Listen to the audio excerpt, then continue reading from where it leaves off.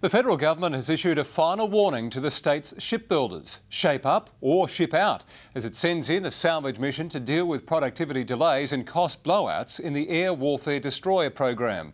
Political reporter Tom Richardson joins us. Tom, it's a dramatic response.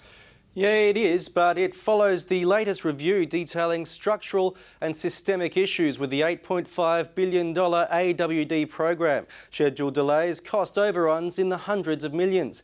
The government says it's still fully committed to the plan, but things will need to change. And Canberra warns if they don't, it could have dire consequences for shipbuilding in Australia, which of course would threaten thousands of jobs here.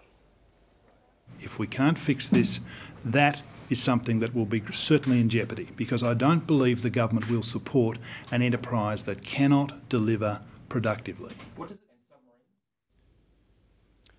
Shipbuilder ASC has welcomed the review and committed to working with the government. The overhaul also welcomed by the state's new Defence Industries Minister.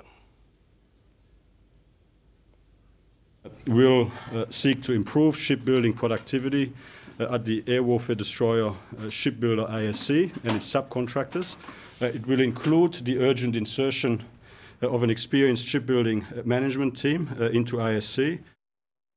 The air warfare destroyer project has faced a number of issues, leading to schedule delays and cost overruns. Clearly, the Commonwealth is right to take remedial action. Martin Hamilton-Smith there, and a much more dramatic day in Parliament for him, but it was the woman who replaced him as Liberal leader that remained under even greater pressure. On the run, but Isabel Redmond's not walking away from her accusation under parliamentary privilege that the Electoral Commissioner is corrupt. A bias which I considered so profound that it had the tinge of corruption. I think it was a very sad contribution from someone who came very close to leading the state. She may face parliamentary sanction, but while her leader doesn't agree with her comments, he's not insisting she withdraw them. Well, that's up to Isabel. I mean, she still hasn't outlined her full case. Stephen Marshall is losing control and losing grip of the Liberal Party. He can't rein in Isabel Redmond.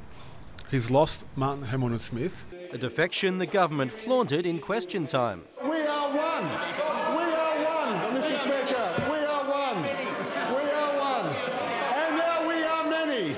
But Stephen Marshall does agree with Ms Redmond on one point, that the election outcome was flawed. No, they didn't win the election. In fact, the Labor Party got less than 36% of the primary vote in South Australia. And he says that gives the Liberals a mandate to block the contentious car park tax, even if that means holding up the budget bill. But that will be a stalemate caused by the government, not by the opposition. No leader of the opposition in this state has made that threat before. I have to say, I think he's gone too far. Tom Richardson, 9 News.